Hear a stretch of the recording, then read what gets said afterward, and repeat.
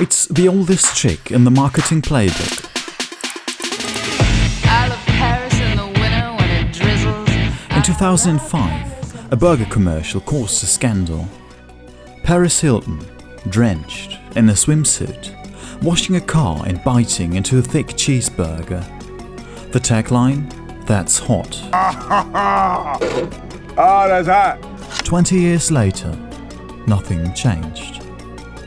The internet is mad about something. It's a commercial from American Eagle Outfitters starring Sydney Sweeney. This dogma echoed through marketing departments for over a century. But why does it work? And more importantly, when doesn't it? Let's take a look at the psychology behind this old marketing trick.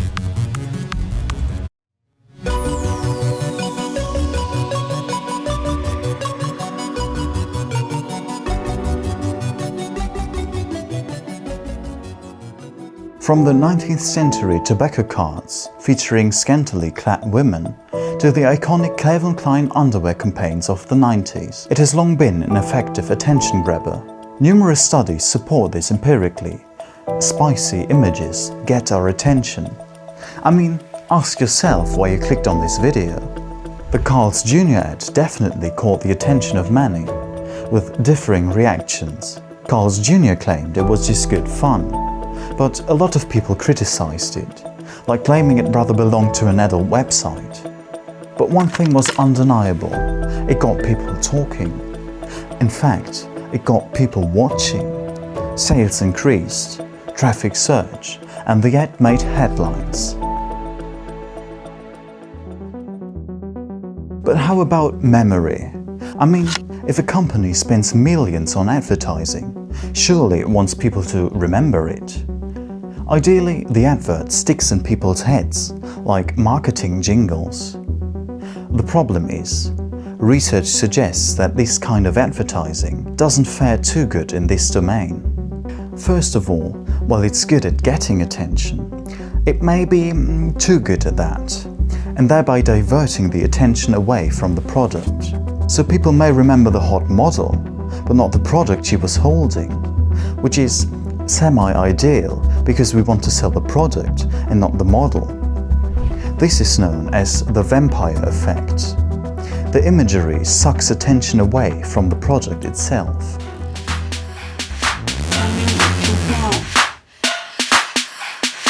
Let me introduce you to the AIDA model.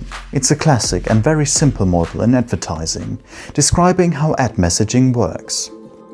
After A, attention, the advert has to provoke the interest of the consumer, I, and then create a desire for the product.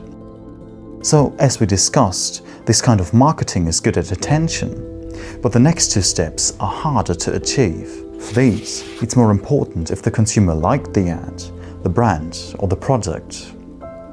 So, how does it perform? Well, not that good. Most studies find it's received more poorly than neutral ads, but there are some differences. Typically, men tend to prefer the spicy ads, while women dislike them, which isn't hard to see why, as generally, most of this advertising, like the Carl Jr.'s ad from earlier, has a clear target group. Yet there are some studies where this works for women as well, like this one. In this experiment, they didn't use visual stimuli to pair to a product, like in most advertising, but used tactile ones. The female participants were asked to touch the underwear of men and then rate several other products. And it worked. They evaluated products more favorably with the arousing stimulus and were willing to pay more for these products. This brings us to the last step in the AIDA model: action. Does the recipient actually buy the product after seeing the ad? And this is where memory and liking come together. When the consumer is at the shop or on the internet, he has to remember the specific brand and, in the best case, have favorable attitudes towards it. This is what it comes down to. So, does this advertising actually sell? No. Empirically, not really. Most adverts for products using this strategy fail, at least nowadays. Of course, They are exceptions. We still see products like perfume or chocolate advertised with seductive images. Yet these products all have one thing in common. They are congruent with eroticism.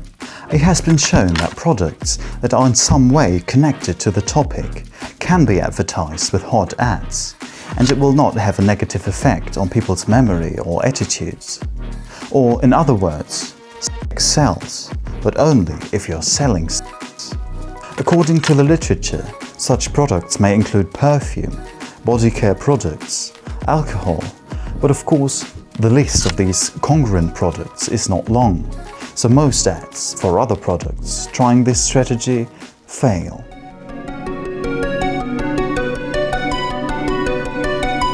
This kind of marketing works best when it's relevant, tasteful and emotionally resonant, not just provocative for the sake of it. Used poorly, it distracts, offends, or fades.